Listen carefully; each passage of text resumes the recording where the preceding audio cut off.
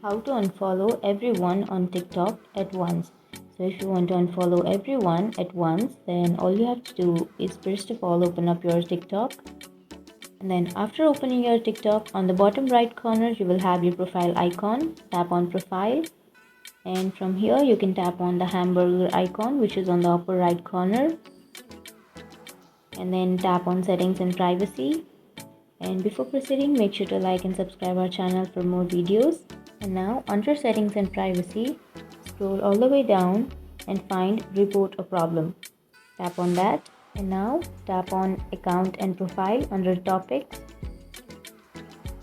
and then tap on profile page and scroll down, and after that you will have other option on the last. Tap on other, and here tap on need more help. So now under this feedback, write that you want to unfollow everyone at once, and you can also upload the pictures or videos.